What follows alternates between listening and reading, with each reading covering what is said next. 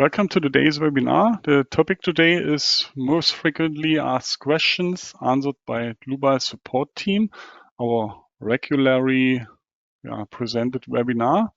My name is Andreas Hörold. I'm responsible for marketing and public relations in the company Dlubal Software.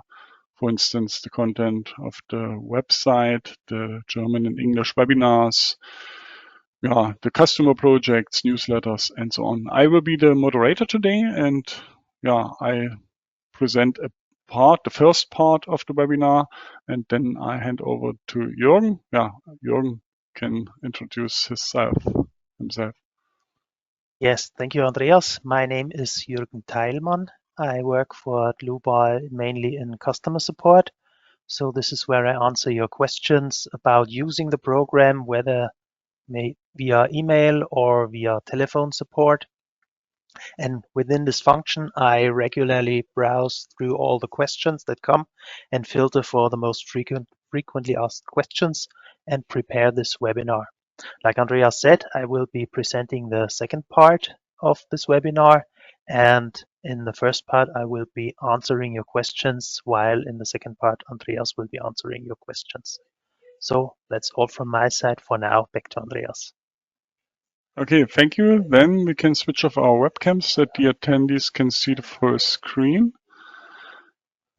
So you can ask questions via this part of your screen or of the window.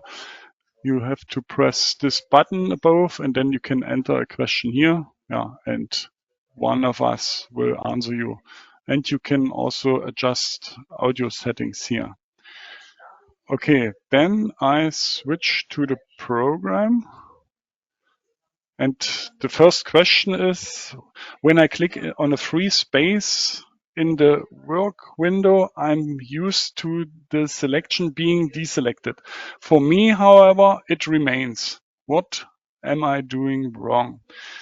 Okay, it means when I select, for example, this pipe, and with the control key, I can add in another pipe, and I can deselect it with the shift key. But when I click in the empty part of the window, then it is no deselection. And what is going wrong? If the user forgot to deselect this function here, add to selection, then that happens. And now I can, if I deselect it, and I can click here, and it works. It is selected, or you can see that it is selected, that there's a blue background here. Okay, I would like to show you some other features, how you can select things. For example, the circular ring. When we view in set direction, just a moment, so, and I use the wireframe model, then you can, for example, click here and so, and you can select the ring, and not the middle line, for example. So I deselect it, and you can also select, for example, with this function, with the lasso. So and you can select the whole pipe. Only that you know that there are such functions. Okay, that should be all to this question. And the next question is, how can I intersect two surfaces in RFEM 6? Now that's quite easy. I can remain by this example. I select all, and then with a right click, I can go to surfaces and create a divide by intersection. I divide the surfaces by intersection.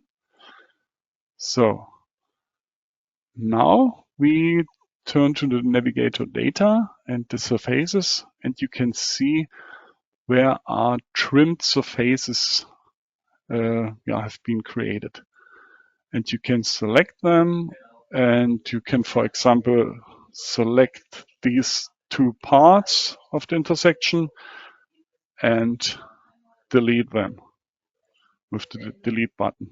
So, and now we can take a look through the pipe. Okay, so I would like to show you another option. I press undo again. So, and when I select all, same procedure, right click, surfaces, you have the option divide by intersection and create openings. So, and now we have only 4 trimmed surfaces. And you can, for example, delete this part, and you can take a look through the pipes. Now, and then you can add your loads and supports and so on, create the mesh, and all should work. Okay, that's all for this question and for this model. I turn to the next model. So, and the question is, I have defined a line release with failure in vertical direction. Nevertheless, the connection in the direction is, in this direction is rigid. How do I enter the line releases in the correct direction? So we have prepared this model here, 2 parts of concrete surfaces, and this surface should be lift up when we have got such a load. We call it test load lift up. Let's calculate it. So, and we can see there's no global deformation. That doesn't work. If I double click on the line hinge, we can see in Z direction, a nonlinearity is defined, and a small spring constant that it calculates. So fixed if positive we set. But the line hinge has got his own coordinate system. You can see that when you move with the mouse over the line hinge, or you can go to your left at the bottom, navigator display, then types for lines, line hinges, and then you can display the line hinge axis system permanent. So, and you can see the Y direction is in direction of the global Z axis. So that means that we have to modify this line hinge. So I deselect it in Z direction, select Y direction, add a small spring constant, and the nonlinearity fixed if positive Vy.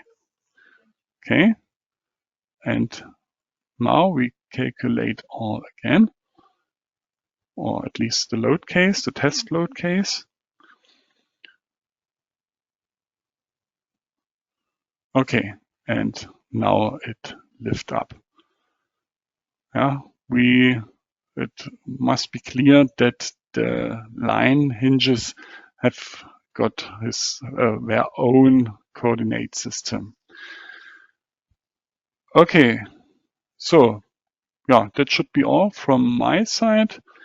I take over or hand over the screen and the words to Jürgen. Jürgen, you can start your presentation. Yes, thank you, Andreas. So I will be starting with the 3rd model for today and the 4th question. And the question is, how can I share my user-defined blocks with my colleagues? So first of all, if you don't know what are blocks in RFEM, I go to the Dlubal center, which is the big blue D with the small white C in it. where you can, of course, navigate through your whole projects. You can check your personal Dlubal account, and you can also manage all your templates and blocks. When I go under blocks, you will see several parametric blocks which you can use in your model. Maybe some 3D holes there are for use in an RFEM model. Okay, but you cannot only use those prepared blocks that we offer with the program installation. You can also save existing models and use them as blocks for further usage. So I have an example here, which is a steel column base, which is quite elaborate to model with all the details. So I want to reuse this again and again, and therefore I want to save it as a block. So I go to the menu File, Save as Block, and then I get to a saving dialog where I can give this one a name. Let's make it a name that stays in mind, like my foot. So this is my personal block now. I can give this a categorization and a model category to have a sound filter of it. So I go to the steel structures. They are here, and I go to the columns. So I have the column foot under the section columns in my model categories.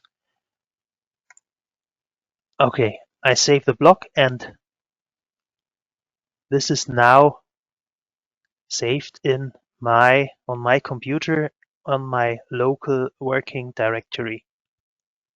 So within the model I'm using now, I can reuse this block now, either again via the Dlubal Center or right next to it via the block manager. So there you have the same block manager as in the Dlubal Center, where I go to the steel structures, to the columns, where I immediately find this block, which I have just saved with the name my foot. I double click on that block and get to a dialog where I can insert this block into my model. I'm just picking another point in the model, maybe over here, 10 meters from the first foot. When I hit OK, the block will be inserted. So this is one way to use those blocks, but the main question, as you remember, is how can I share those with my colleagues? So I go back to the Dlubal Center. In the section blocks to steel structures and columns. And when I do a right click on this block, I get the context menu where I can open the file location. So this is the folder where I find the working directory on my computer. I click on it, and in the Windows Explorer, I go up a few steps where I'm in the general working directory of RFEM and all the Dlubal products, which are under C, users, your personal username, app data, local Dlubal. This is where you can find all the temporary data in which are used by the Dlubal software from the current program generation. And there I go to Dlubal Center, blocks, user blocks, and this is where all the user-defined blocks are saved. You can see I've saved a few more. So to get to the one I have just created, I can either go to the user blocks XML. I open this in my default web browser, and then I can search for my foot using Control and F for the search function, as you know. And then I find the block with the name my foot, and this is this line in the XML file. And there you can see this ciphered name, which is in fact the name of this block as a data file. So when I go back to the Dlubal Center, you can also see this encrypted name, which is the one for my foot.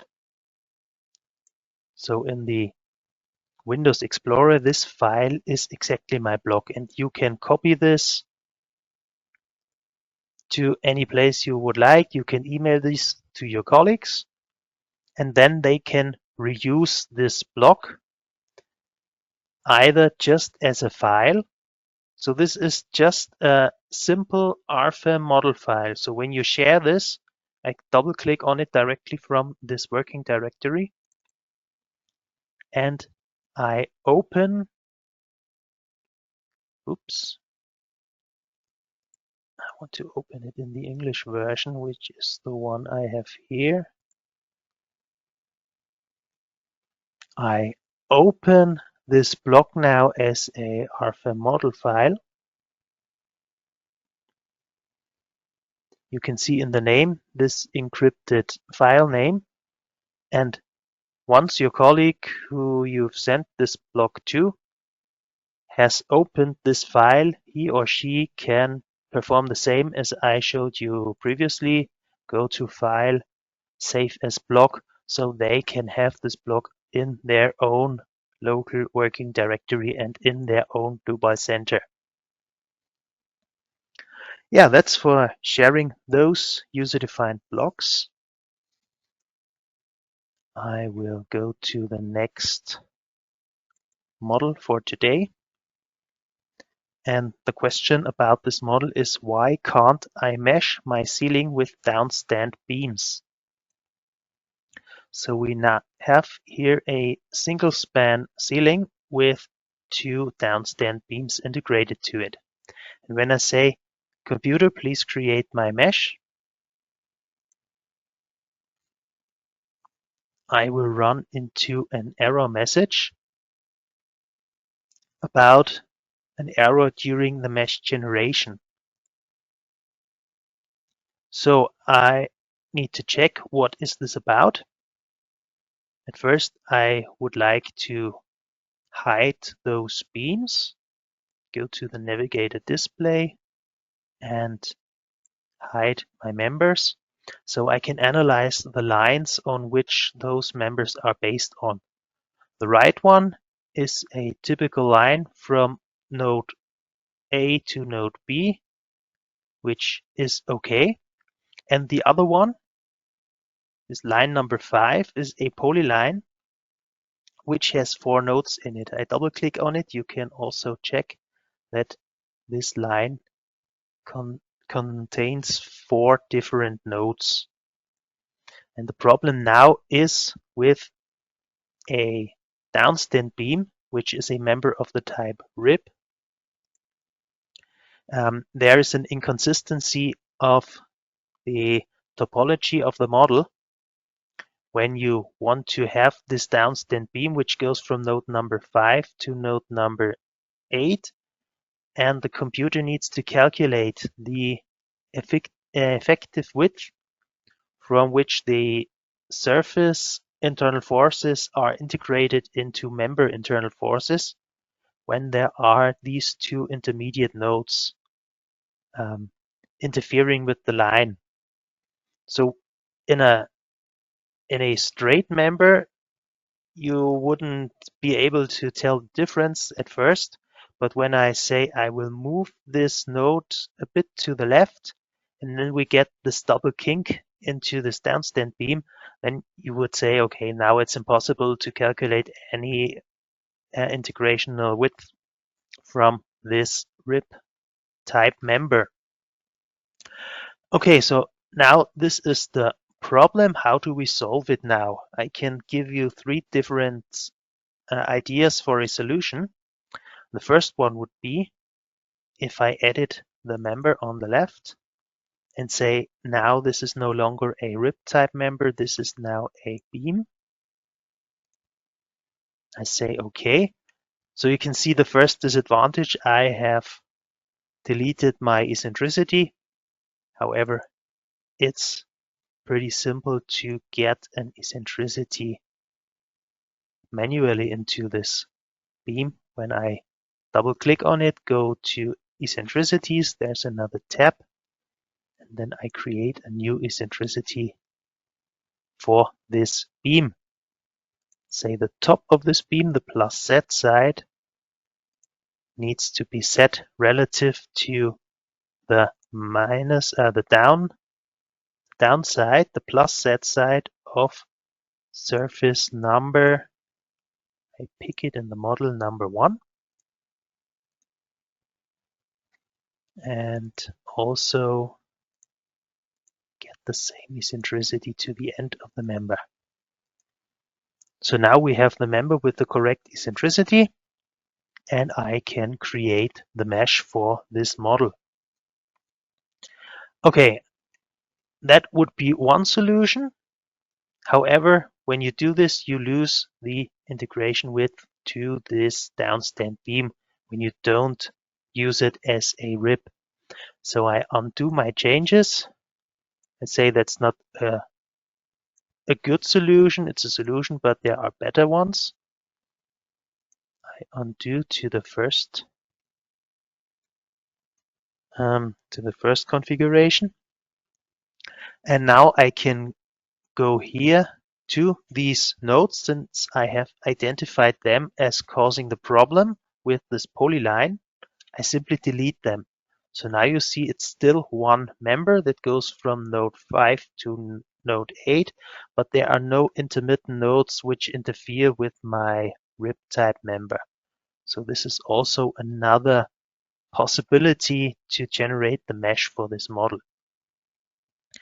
Okay, then you can say, well, this might be good, but I needed those two nodes for loading points to maybe get nodal loads on them, or maybe connect something from the top here.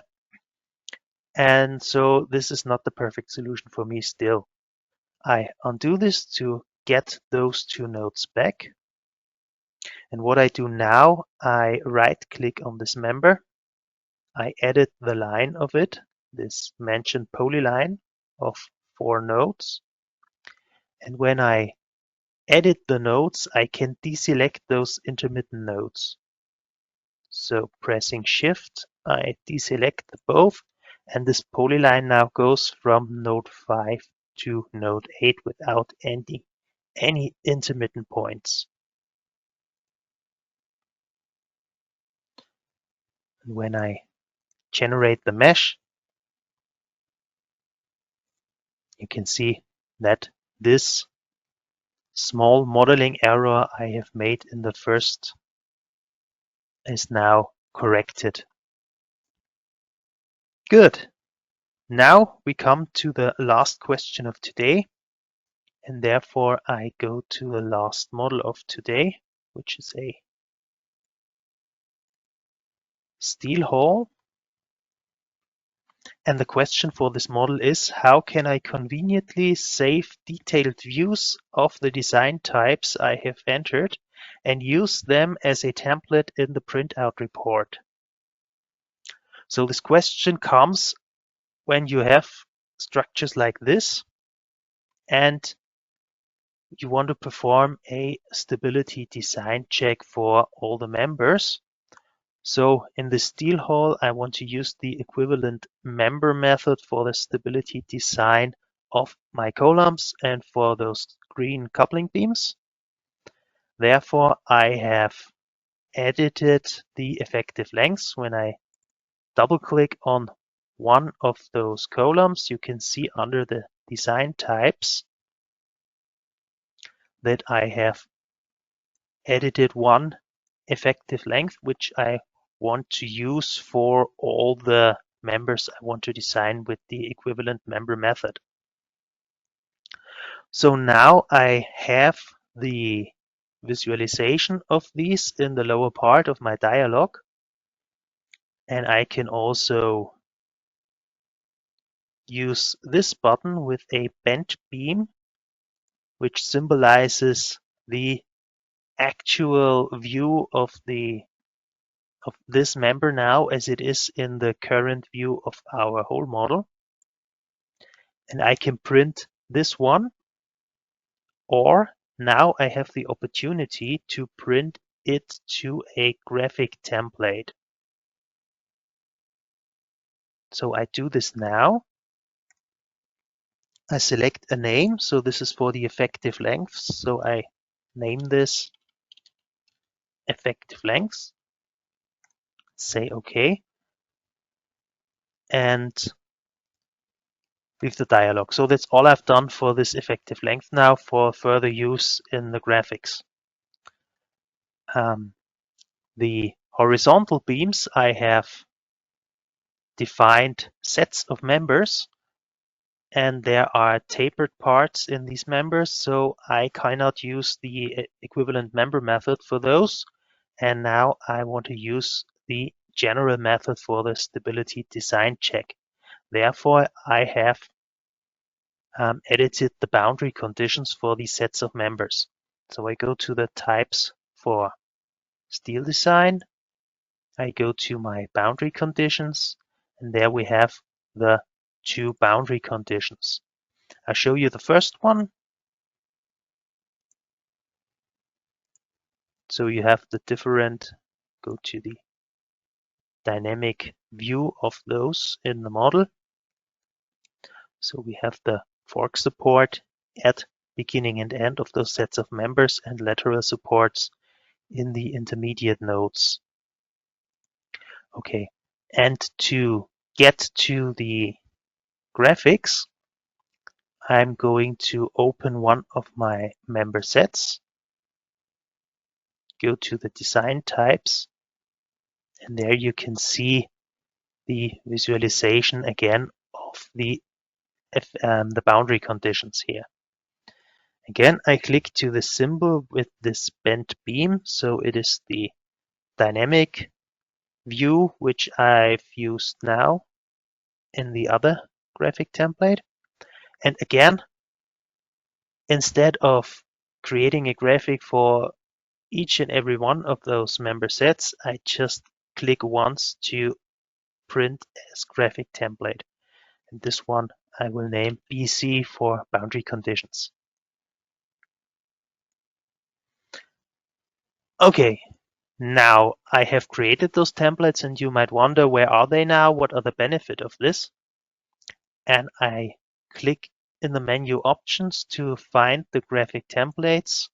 There is a list of graphic templates I have in my model, in my current program instance.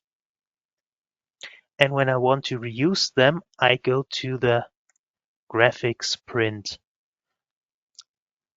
So I have not yet made a printout report. I will create a new one.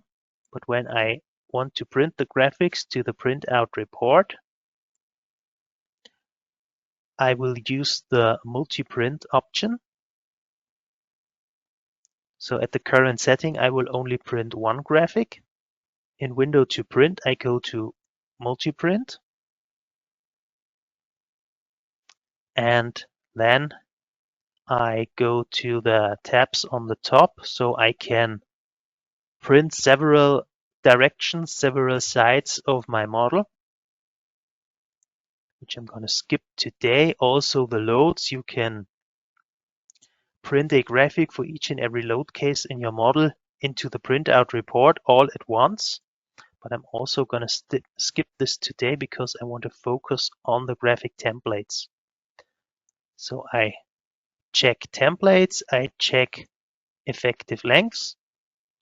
This could give me easily 126 graphics now, but I want to keep it short. So I go to the select section, and with the picking arrow, I pick the members I want to print from a template in the model.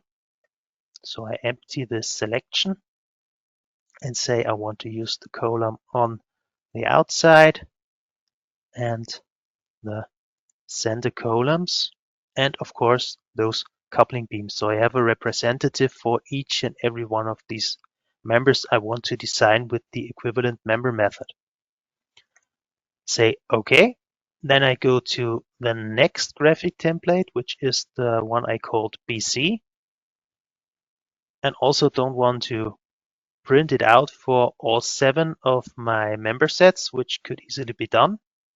But I select again, and using the outfield member set, empty selection again, using the outfield member set and an infield member set. I go to OK. I have 6 graphics to print. And when I go to General, I get a preview of my graphics. And this is now on full screen. We can adjust the height. If we go to the graphic picture size, skip from full page height to a height of, let's say, 45% of the page height.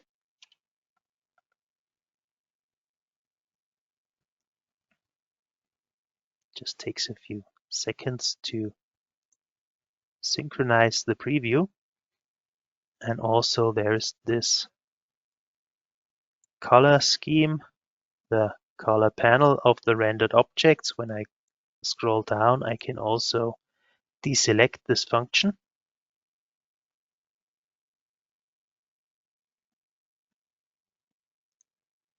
Need to sync. So we get the actual preview. And now you can see the preview of the effective lengths for the coupling beams with an effective length of 5 meters and the length of the columns with 6 meters. And again, 6 meters and 6 meters. And when I scroll further down, you can see the boundary conditions for those horizontal sets of members with all the lengths of the single fields within it, and also for the infield sets of members. Okay, when I go to Save and Show, now I create a new printout report. So I just make this really short. So we have basic objects, materials, sections, nodes, and members, and hit OK, and the program will print these graphics at the according point of this really short printout report I'm creating here.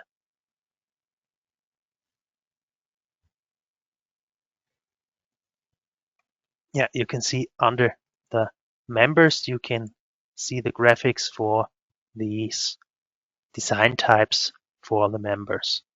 Here you have them all printed conveniently within one brush. Okay, so that's the function of the graphic templates. Just try it out, have fun with it, and let yourself be surprised. I thank you for your attention and would like to give the control back to Andreas. Okay, thank you, Jürgen, for this presentation. Yeah, we record our webinar. Yeah, we record all our webinars, and we offer the models that we presented on our website. I would like to show you where you can find the recording, or where will you find the recording in the next days and the models. I share my screen. Just a short moment.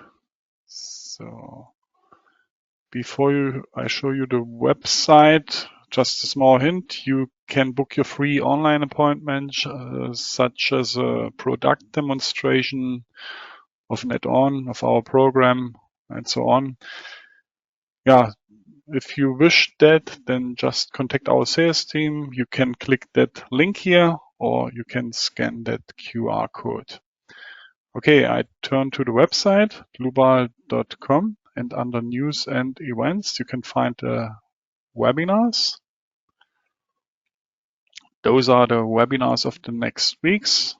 Next week, about our add-on building model, then connection design according to American standard, construction stages and membrane structures, cross-section modeling in our section, and so on, construction stages. Then the next webinar that we presented today, in the case for May.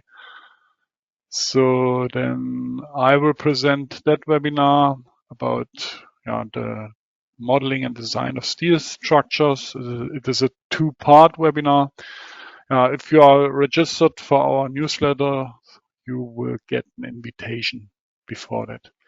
So that's today's webinar. I click on it, but you will get an email in the next days with a direct link to that page here. And then you will find the recording here. You will also get the attendee certificate. So then you will find the PowerPoint slides here, and you can already find the models to download. And then you can go through the webinar with the provided models and the recording. Okay, that should be also all from my side. Thank you for your attention. Thanks to Jürgen for his part of the presentation and for answering the questions. I wish all a nice rest of the day. I hope we meet each other in a future webinar. Bye-bye.